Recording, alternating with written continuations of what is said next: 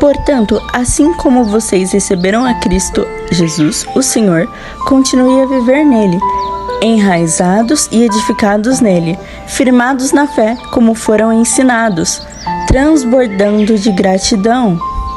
Colossenses 2, do 6 ao 7.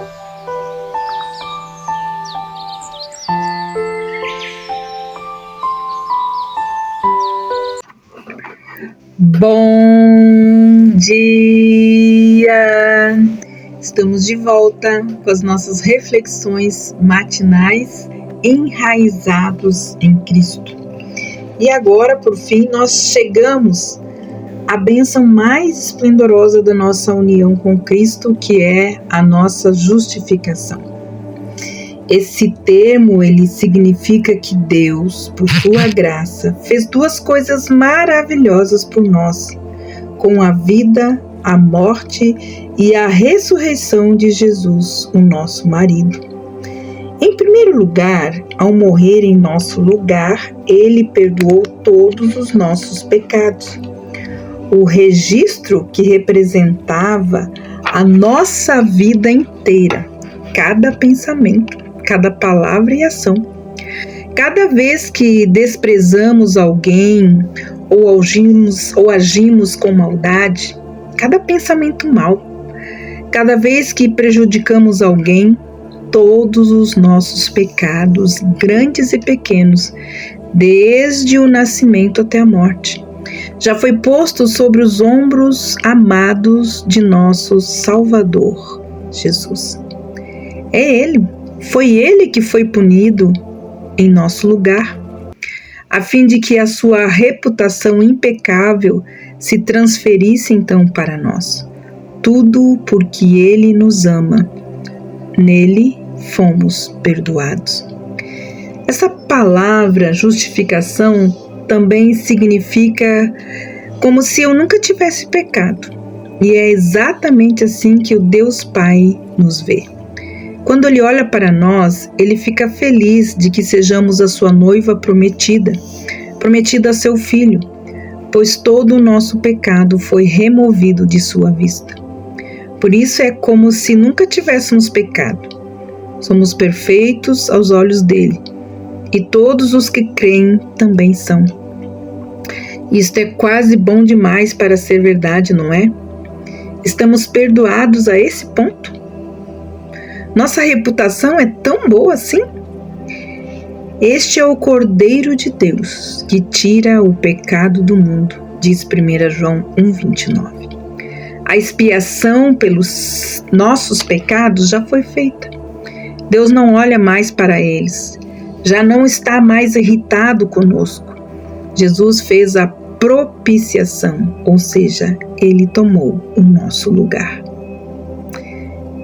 Quando Deus olha para nós, Ele vê primeiro o seu Filho na cruz, levando sobre si os nossos pecados e as nossas iniquidades. Efésios capítulo 1, versículo 7 nos diz assim: Nele, somente nele temos a redenção e o perdão dos nossos pecados. Colossenses capítulo 2, versículos 13 e 14 nos diz assim: E vós, que estavam mortos nas vossas transgressões e na incircuncisão da vossa carne, Deus vos deu vida juntamente com Ele, perdoando todos os vossos pecados e cancelando o registro de dívida que era contra nós com as suas exigências legais. A esse, então, registro de dívida, Ele removeu do nosso meio, gravando-a na cruz. Romanos capítulo 4, versículos 7 e 8 nos diz assim: Bem-aventurados aqueles cujas suas iniquidades foram perdoadas, cujos seus pecados são cobertos. Bem-aventurado o homem a quem o Senhor nunca atribuirá o pecado. Deus perdoou todos os nossos pecados. Ele cancelou toda a nossa dívida. Todos os nossos atos ilícitos foram perdoados, hoje e sempre. Nossos pecados estão cobertos. O Senhor não levará em conta os nossos pecados contra nós. Ele os lançou para trás e os jogou nas profundezas do mar. Isaías 38:17 nos diz assim: por amor à minha vida, tu a livrastes da cova da corrupção, porque lançastes todos os meus pecados para trás de ti. E Miqueias 7:19 diz assim: tornará a ter compaixão de nós, pisará as nossas maldades. Tu lançarás todos os nossos pecados nas profundezas do mar. Deus, ele não só perdoou todos os nossos pecados e apagou o registro de todas as nossas transgressões para não as ver mais, como também acrescentou a esse registro em branco uma lista de todas as boas obras que Jesus fez enquanto viveu na terra por cerca de 33 anos, cumprindo então perfeitamente todas as exigências da lei em nosso lugar. Aquilo que jamais poderíamos cumprir, Jesus cumpriu por nós. Em outras palavras, do mesmo modo que a primeira parte da nossa definição é como se eu nunca tivesse pecado, a segunda parte é como se eu sempre tivesse obedecido. Pense nisso. Você não só está perdoado, mas também foi abençoado com uma reputação e uma condição declarando que você sempre fez tudo o que deveria fazer. Assim como o nosso Salvador, nós agora temos mais do que mera inocência. Temos uma justiça que foi conquistada no cadinho das terríveis tentações e sofrimentos. Estamos em melhor situação do que Adão e Eva antes da queda no Éden. Eles eram inocentes, mas estavam em período de experiência de teste. Nós, por outro lado, perseveramos vitoriosos durante todo o nosso período de experiência. Não somos apenas inocentes esperando passar no teste algum dia e aguentar até o fim. Nós já passamos no teste e nossa justiça está garantida para sempre. Mas como pode ser isso?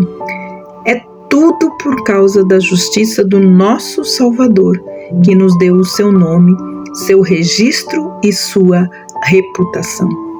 Como nos diz Romanos 5:18-19. Portanto, assim como por uma só transgressão veio o julgamento sobre todos os homens para a condenação, assim também por um só ato de justiça veio a graça sobre todos os homens para a justificação que produz vida. Porque assim como pela desobediência de um só homem, muitos foram feitos pecadores, assim também, pela obediência de um só, muitos serão feitos justos. Essa imputação de justiça é tão libertadora que é quase impossível descrevê-la. Como seria a nossa vida se nós soubéssemos, sem sombra de dúvida, que somos amados e que não há nada que possa fazer para destruir essa realidade? Que gloriosa verdade! Nós somos totalmente amados, nós somos totalmente acolhidos, nós somos totalmente perdoados, não importa o que aconteça. Naquele dia que não tinha pecado, Deus fez um sacrifício pelo pecado em nosso favor, para que nele fôssemos feitos justiça de Deus, nos diz 2 Coríntios 5:21. Nós temos a justiça de Deus. A justa exigência da lei foi cumprida em nós. Romanos 8:4. Você tem a justiça de Deus nesse exato momento, porque os olhos de Deus e pela justificação por meio de Cristo, você cumpriu todas as exigências que Ele estabeleceu. Você não tem de provar nada e não tem nada a perder. Foi tudo consumado por amor à noiva. Reflita sobre isso. A justificação é um ato judicial de Deus, com o qual Ele declara que, com base na justiça de Jesus Cristo, todas as exigências da lei estão satisfeitas no que diz respeito ao pecador, eu e você. Se você crê, todas as exigências da lei estão satisfeitas no que diz respeito a cada um de nós. Esta, amados, é a mensagem do Evangelho. É crer que Cristo fez tudo o que o seu Pai para mostrar que o Pai nos ama o suficiente para nos dar o nome do seu próprio Filho. Este nome justo acima de todo nome. O nome que traz consigo o caráter e a reputação do homem Cristo Jesus. Nessa operação, amados, Deus aparece não só como um soberano absoluto que simplesmente põe a lei de lado, mas como um juiz justo que reconhece os méritos infinitos de Cristo como base suficiente para a justificação e como um Pai benevolente que perdoa e aceita o pecador pela graça. Pela graça de Deus, nós fomos salvos e também justificados. Amados, reflita sobre isso. Que Deus abençoe você e até amanhã com as nossas reflexões matinais enraizados em Cristo. Até lá!